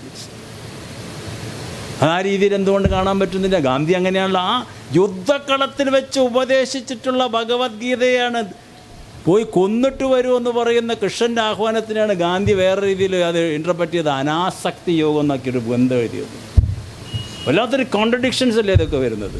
ഇതൊക്കെ നമ്മുടെ നാട്ടിൽ വന്ന സാംസ്കാരികമായ ചിന്തകളല്ലേ. ഇപ്പോൾ ഇവിടെ തന്നെ തിരുനാവായ ഭാരതപ്പുഴ ഒഴുകുന്നു, നവാമുകുന്ദ ക്ഷേത്രമുണ്ട്, 3 ക്ഷേത്രങ്ങളുടെ ഈ സമ്മേളനങ്ങളുണ്ട്. ഇതൊക്കെ നമ്മൾ വിശ്വസിക്കണമെങ്കിൽ വിശ്വസിക്കാത്ത തരത്തിൽ വിശ്വാസികൾക്ക് വിട്ടുകൊടുക്കാം. പക്ഷേ ഇതിൻ്റെയൊക്കെ വലിയൊരു സങ്കല്പങ്ങളുണ്ട്. എല്ലാവിധ ശക്തികളുടെയും സമന്വയമാകുമ്പോൾ ശക്തി എന്ന് പറയുന്നത്, ഇന്ത്യൻ ചിന്താഗതികൾ പറയുന്നത് മനുഷ്യൻ്റെ ഉള്ളിലാണ് ശക്തി. ആന്തരിക ശക്തിയെ തിരിച്ചറിയുക, ഡിസ്കവർ യുവർ സെൽഫ് എന്നാണ് എന്താ പറയുക, സ്വാമി രംഗനാഥാനന്ദജി, ശ്രീരാമകൃഷ്ണ പരമഹംസൻ്റെ ഫസ്റ്റ് ഹെഡ്, വിവേകാനന്ദൻ്റെയൊക്കെ ശേഷം ഒരുപാട് കാലത്തിന് ശേഷം പറയുന്നത്, ഭഗവത്ഗീതനെ ഇൻ്റർപ്രറ്റ് ചെയ്യുന്ന അദ്ദേഹം പറയുന്നത് 18 അധ്യായത്തിൻ്റെ ഭഗവത്ഗീതയെ ഒറ്റ വാചകത്തിൽ നിർണ്ണയിക്കാം, ഡിസ്കവർ ദ സെൽഫ്. നിങ്ങളെ കണ്ടെത്തുക. അപ്പം അങ്ങനെ പറഞ്ഞിട്ടുള്ള രാജ്യത്താണ് ഈ സംസ്കാരത്തിൻ്റെ ഏറ്റവും വലിയ ചുരുങ്ങിയ രീതിയിലേക്ക് നമ്മൾ നീങ്ങുന്നത്. അതുകൊണ്ട് നമ്മുടെ ദർശനങ്ങൾക്ക് പലതിനും വല്ല തിന്മകളും ഗുണങ്ങളും ഒക്കെ ഉണ്ടെങ്കിലും ഗുണങ്ങളെ സ്വീകരിക്കുക, തിന്മകളെ നിഷേധിക്കുക, നിലപാടുകൾ എടുക്കുക, നിലപാടുകളിൽ നിന്ന് വ്യതിചലിക്കാതിരിക്കുക. നിലപാടുകൾ മാറുന്നത് എന്തിനാ? ഇപ്പോഴും അതെ, പണ്ടും അതെ. എന്തിനാ? എന്തെങ്കിലും സ്ഥാനമാനങ്ങൾ ഓഫർ ചെയ്യുമ്പോൾ നിലപാടുകൾ മാറും. ഇപ്പോഴും അതന്നെ. ഇപ്പോൾ നിന്നോ നാളെയൊക്കെ അതായിട്ട് കണ്ടുകൊണ്ടിരിക്കാം. നമുക്ക് പലതും പല നിലപാടുകളും പലതില്ലേ. അല്ല, കാലുമാറ്റം എന്നല്ല ഞാൻ പറഞ്ഞു. പലരും പല സ്ഥാനമാനങ്ങൾക്ക് വേണ്ടി നെട്ടോട്ടം ഓടുന്നു. എല്ലാ കാലഘട്ടത്തിലും ഉണ്ട്. അത് ഈ കാലഘട്ടത്തിൽ മാത്രമല്ല. അപ്പോൾ ഒരു പ്രിൻസിപ്പിൾസ് ടീച്ച് ചെയ്തിട്ട് പഠിപ്പിച്ചു തന്ന രാജ്യമാണ് ഇന്ത്യ. അവിടെയാണ് ഇവർ ഏറ്റവും വലിയ ശക്തിയായിട്ട് മാറിയത്. അതിനെ എതിർത്തേ പറ്റൂ, പ്രതിരോധിച്ചേ പറ്റൂ. അത് മാനുഷികതയ്ക്കത് വില കൽപ്പിക്കുന്നില്ല. ആ മനുഷ്യനാണ് ഏറ്റവും വലിയ പ്രതിഭാസമെന്ന് അവർ മനസ്സിലാക്കുന്നില്ല. അതുകൊണ്ടാണ് ഗോൾവാൾക്കറെ കാണുന്ന സമയത്ത് പ്യാരേലാൽ പട്ടേലും കൂടി പോയിട്ട് ഗാന്ധിയോട് പറയുന്നുണ്ട്, നെഹ്റുവിനോട് പറയുന്നത്, ഗോൾവാൾക്കറെ കാണുമ്പോൾ ഗോൾവാൾക്കർ കുറേ നേരം 2-3 കത്തയച്ചിട്ടാണ് നെഹ്റു കാണാൻ സമ്മതിക്കുന്നതൊക്കെ. അതിനു മുമ്പ് ഗാന്ധിയെ കാണുന്നുണ്ട്. ഗാന്ധി പറയുന്നൊരു മറുപടിയുണ്ട് പോയതിന് ശേഷം പ്യാരേലാലിനോട്, be careful about that person. ഇത് പറയുന്നുണ്ട് കൃത്യമായിട്ട്. ആ തത്വസംഹിതയല്ല പറയുന്നത്. ആ വാദഗതി ഉന്നയിക്കപ്പെടുന്ന സമയത്ത് ഗാന്ധിക്ക് അത് മുൻകൂട്ടി കാണാൻ സാധിച്ചിരുന്നതൊക്കെ. നമ്മൾ എന്തിനാ ഇങ്ങനെ സങ്കുചിതത്വത്തിലേക്ക് പോകേണ്ട കാര്യം? അതിൻ്റെ കാര്യമില്ല. മാനുഷികതയാണ് എല്ലാറ്റിലും ഉപരി. അതിനെ ചേർത്ത് പിടിക്കുക. ഇസങ്ങൾ എന്തെങ്കിലും ആയിക്കൊള്ളട്ടെ, മാർക്സിസം ആവാം, ഗാന്ധിസം ആവാം, ബുദ്ധിസം ആവാം, ജൈനിസമാകാം. ഏത് ഇസത്തിൽ വിശ്വസിക്കുകയാണെങ്കിലും വൈ ആർ വി അലിനേറ്റിംഗ് ഹ്യൂമനിറ്റി? മനുഷ്യനെ ചേർത്ത് പിടിച്ചുകൂടെ? മാനവികതയെ ചേർത്ത് പിടിച്ചുകൂടെ? അതിലിവിടെ മങ്ങാട്ടച്ചനും കുഞ്ഞാലി മരിക്കാരൊക്കെ ഒരുമിച്ചുണ്ടായിരുന്നു. അതല്ലേ സൈനുദ്ദീൻ മഖ്ദൂമും സാമൂതിരിയും ഏറ്റവും അടുത്ത സുഹൃത്തുക്കളായി മാറുന്നത്? അതല്ലേ കുഞ്ഞാലി മരിക്കാർ പടനായകനാവുന്നത്? അക്ബറിൻ്റെ രാജകൊട്ടാരത്തിലെ 12 മന്ത്രിമാരിൽ 9 പേര് ബ്രാഹ്മണന്മാരായിരുന്നു. രാജാ ടോഡർമാലായിരുന്നു ക്ഷത്രിയ സൈന്യാധിപൻ. ക്ഷത്രിയ സ്ത്രീയാണ് അക്ബറിൻ്റെ മഹാരാജ്ഞി. രാജകൊട്ടാരത്തിൽ കൃഷ്ണഭക്തിയാണ് യോദ്ധാവായി നിറഞ്ഞപ്പോൾ ക്ഷേത്രം പണിയിപ്പിച്ചു കൊടുത്തു അക്ബർ കൃഷ്ണനെ ആരാധിക്കാൻ. കാലാകാലം മുഗൾ രാജവംശം അതിൻ്റെ പ്രതീകമാണ്. പിന്നെ എന്തിനാ അവരെ എതിർക്കേണ്ട ആവശ്യം? ഇതൊന്നും ആരും പറയുന്നില്ലല്ലോ. ഇപ്പോൾ വലിയൊരു സംസ്കാരം അതിൻ്റെ നമ്മുടെ മിസ്ഇൻ്റർപ്രിട്ടേഷൻ ഓഫ് ഹിസ്റ്ററി വന്നു കഴിഞ്ഞാൽ പ്രശ്നമാണ്. കാരണം ഒരു രാജ്യത്തിൻ്റെ ചരിത്രത്തിൻ്റെ ദുർവ്യാഖ്യാനം നടന്നാൽ അതാണ് ജനത വിശ്വസിക്കുക, വളർന്നു വരുന്ന തലമുറ വിശ്വസിക്കുക. അതിലൂടെ പരസ്പര വിദ്വേഷം, അപരവിദ്വേഷം സൃഷ്ടിക്കാൻ പറ്റും, മതസ്പർദ്ധ സൃഷ്ടിക്കാൻ പറ്റും, സ്വാഭാവികമായ ഭീകരമായ അപകടകരമായ സാമൂഹിക രാഷ്ട്രീയ അന്തരീക്ഷം ഉണ്ടാകും. അതാണ് ചിലർ ലക്ഷ്യമിടുന്നത്. അത് അനുവദിക്കാൻ പാടില്ല. സംസ്കാരം അതിന് വേണ്ടിയിട്ടുള്ളതല്ല. സംസ്കാരം you have to question, you have to create values. മനുഷ്യനെ മനുഷ്യനായിട്ട് കാണുക. ആ വാല്യൂസ് ഉണ്ടാക്കുന്ന പ്രവർത്തനങ്ങളിൽ നമ്മൾ വ്യാപൃതരാകണം. നമുക്ക് നമ്മുടേതായിട്ടൊരു വാല്യൂ ഉണ്ട്. നമ്മുടെ ഭാഷ, നമ്മുടെ പ്രവൃത്തി, ഇതൊക്കെ ഒരു വാല്യൂ ആണ്. അഹങ്കാരത്തിൻ്റെ ഭാഷ സംസാരിക്കരുത്. എന്താ പറയുക, ഗർവിൻ്റെ ഭാഷ സംസാരിക്കരുത്. ജനത്തിന് ഇഷ്ടാവില്ല. ജനത്തിന് ഇഷ്ടമില്ലാത്ത ഭാഷ സംസാരിച്ചാൽ ജനം തിരിച്ചടിക്കും. ഇതൊക്കെ നമ്മുടെ മുന്നിലുള്ള പല ദൃഷ്ടാന്തങ്ങളുണ്ട്. അത് ഏത് മനുഷ്യനും, ഒരു മനുഷ്യൻ മറ്റൊരു, ഇതൊക്കെ ഒരു സംസ്കാരത്തിൻ്റെ ഭാഗമാണ്. സംസ്കാരം എന്ന് പറഞ്ഞാൽ അതിൽ ആശയമുണ്ട്, അതിൽ ചിന്തയുണ്ട്, അതിൽ പ്രവൃത്തിയുണ്ട്, അതിൽ വാക്കുണ്ട്, എല്ലാം ഉണ്ട് സംസ്കാരത്തിൽ. നമ്മളിതൊക്കെ പറയുമ്പോൾ നമ്മൾ തന്നെ അതിൻ്റെ ഒരു ഭാഗമാക്കായിട്ട് മാറണം. അപ്പോൾ സ്വാഭാവികമായിട്ടും ഗാന്ധിയും ഗുരുദേവനെയൊക്കെ നമ്മൾ കണ്ടുപഠിക്കുമ്പോൾ ഇപ്പോൾ ഇവിടെ ഉണ്ടായിരുന്നിട്ടുള്ള അത് അപ്പുറത്തല്ലേ തുഞ്ചത്തെഴുത്തച്ഛനിരുന്ന് മലയാള ഭാഷയിലെ ആദ്യത്തെ നവോത്ഥാന വരികൾ എഴുതിയത്. ഋതുമതിയായ സ്ത്രീക്കും പതിതനും ഹരിനാമകീർത്തനം ചൊല്ലാന്ന് ഇവിടെയല്ലേ പറഞ്ഞത്. അതാണൊരു സംസ്കാരം. അപ്പുറത്തല്ലേ പൂന്താനം ഇരുന്ന് പറഞ്ഞത്, ഈ മലബാറിലല്ലേ പറഞ്ഞത്. ഈച്ചയായവൻ പൂച്ചയാകും അല്ലേ. മധ്യേ ഇങ്ങനെ കാണുന്ന നേരത്ത് ഇവിടെ എന്തിനാ മത്സരിക്കുന്നത് ജ്ഞാനപ്പാൻ എഴുതിയത്. ഇതൊക്കെ ഇപ്പോഴും പ്രസക്തമല്ലേ. പൊന്നാനി ഇരുന്നിട്ടല്ലേ എടശ്ശേരി എഴുതിയത്. മലയാളിയെ സുന്ദരന്മാരെ സുന്ദരിമാരെ എന്ന് വിളിച്ച PC കുട്ടീഷൻ അവിടെ ഇരുന്നിട്ടല്ലേ കഥ എഴുതിയത്. പൊന്നാനി ഇരുന്നിട്ട് ഉറൂബ്. MT വാസുദേവൻ നായർ നടന്ന തീരമല്ലേ ഈ നീളാനദീ തീരം. കടവനാട് കുട്ടീഷൻ, C രാധാകൃഷ്ണൻ സാർ ഇപ്പോഴും ജീവിച്ചിരിക്കുന്നുണ്ടല്ലോ നദീതീരങ്ങളിൽ. അങ്ങനെ എത്രയെത്ര മഹാരഥന്മാർ. വലിയൊരു സംസ്കാരത്തിൻ്റെ ഈ നീളാനദി ചോരപ്പുഴ ഒഴുകേണ്ട മാമാങ്കത്തിൻ്റെ കേളീരംഗമാകേണ്ട വല്ല കാര്യമുണ്ടോ?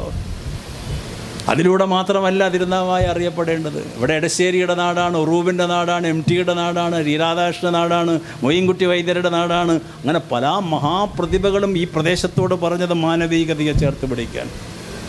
അസുരവിത്തിലെ ഗോവിന്ദൻകുട്ടിയായാലും കാലത്തിലെ സേതുവായാലും മഞ്ഞിലെ ദാസനായാലും എല്ലാം MT സൃഷ്ടിച്ചത് ഈ നിളയുടെ തീരങ്ങളിൽ വെച്ചിട്ടാണ്.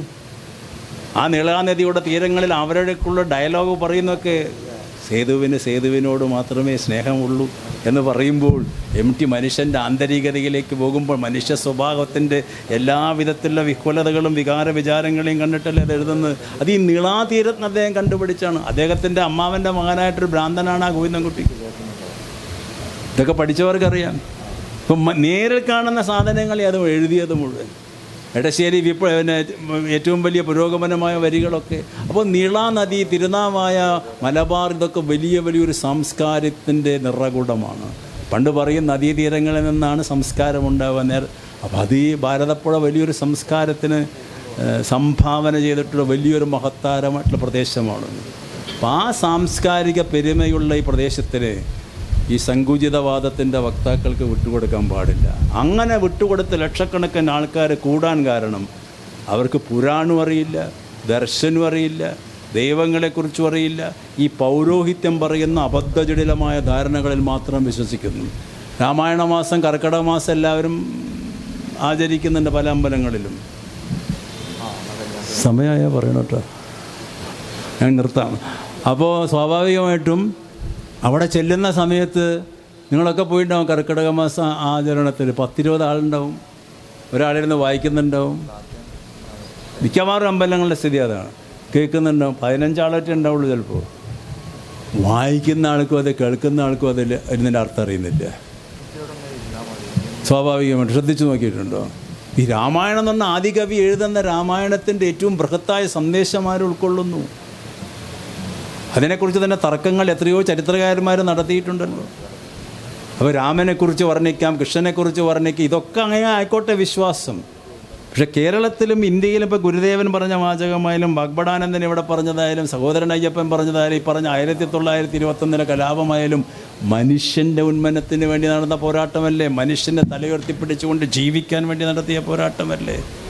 അത് നമ്മൾ ചേർത്ത് പിടിക്കുക. ഫാസിസ്റ്റുകൾക്ക് ഒരിക്കലും നമ്മുടെ പ്രദേശം, നമ്മുടെ ഭൂമിയെ വിട്ടുകൊടുക്കരുത്. അന്ധവിശ്വാസത്തിനും അബദ്ധജടിലുമായ ആശയങ്ങൾക്കെതിരെ ആശയ പ്രതിരോധം നടത്തണം, സംഘടനാ പ്രതിരോധം നടത്തണം. മനുഷ്യൻ പണ്ടൊക്കെ ചെയ്തിരുന്നതുപോലെ നടന്ന ആശയങ്ങൾ പ്രചരിപ്പിക്കുക. ഇവിടെയാണ് ഏറ്റവും ആദ്യത്തെ പത്രം ഉണ്ടായത് കേട്ടോ. തലശ്ശേരിയിൽ ഹെർമൻ ഗുണ്ടേട്ട് വന്നിട്ടാണ് ആദ്യത്തെ പത്രം, എന്ന രാജമുദ്രയോ എന്ന ആ പത്രത്തിൻ്റെ പേര്. പിന്നീട് മലയാളത്തിൽ ആദ്യത്തെ പത്രം ഇറങ്ങിയത് ഇവിടെയാണ്, കേരളത്തിൽ, മാതൃഭൂമി. അതിലൂടെ ആശയവിനിമയം നടത്തിയത് വലിയ സാംസ്കാരിക കേന്ദ്രമായിരുന്നു മലബാർ. ഹെർമൻ ഗുണ്ടേട്ടിൻ്റെ പത്രം മലയാള ഡിക്ഷണറി ഉണ്ടാക്കിയ ആളാണ് അദ്ദേഹം, ആദ്യത്തെ ഡിക്ഷണറി. അപ്പം അങ്ങനത്തെ വലിയൊരു ചിന്തോദീപകമായിട്ടുള്ള കാര്യങ്ങളെ സംഭാവന ചെയ്തിട്ടുള്ള ഈ പ്രദേശം, തിരുനാവായ പോലുള്ള ഉജ്ജ്വലമായിട്ടുള്ള ചരിത്രമുറങ്ങിക്കിടക്കുന്ന മണ്ണിൽ നമ്മൾ മാനവികതയുടെ, സാംസ്കാരിക സമന്വയത്തിൻ്റെ, മതമൈത്രിയുടെ പ്രദേശമായിട്ട് നിലനിർത്തണം. അതാണ് നമ്മുടെ ഏറ്റവും വലിയ ഉത്തരവാദിത്തമാകേണ്ടത്, ഏറ്റവും വലിയ കടമയായിട്ട് മാറേണ്ടത്. അപ്പം അതിനു വേണ്ടിയിട്ട് നമ്മളെല്ലാവരും ഒരുമിച്ച് പ്രവർത്തിക്കുക, കൂടുതൽ വായിക്കുക, ആശയവിനിമയം നടത്തുന്ന വരുന്ന തലമുറയ്ക്ക് ഈ ചരിത്രം വസ്തുനിഷ്ഠമായിട്ട് പറഞ്ഞു കൊടുക്കുക. അങ്ങനെ ചരിത്രം അറിയുന്നൊരു തലമുറ വളർന്നു വരുമ്പോൾ സ്വാഭാവികമായും സൗഹാർദ്ദത്തിൻ്റെ സമൂഹം, സഹിഷ്ണുതയുടെ സമൂഹം ഉണ്ടാകും. അതിനു വേണ്ടിയിട്ടുള്ള വലിയ ഉത്തരവാദിത്തം നമ്മൾ നിറവേറ്റണമെന്ന് മാത്രം പറഞ്ഞുകൊണ്ട് ഈ സംസ്കാരത്തിനെ രക്ഷിക്കാനും സംസ്കാരത്തിനെ ആരോഗ്യപരമായി നിലനിർത്താനുമുള്ള ഉദാത്തമായ പ്രക്രിയയിൽ ഏർപ്പെടുക എന്ന് മാത്രം പറയുന്നു.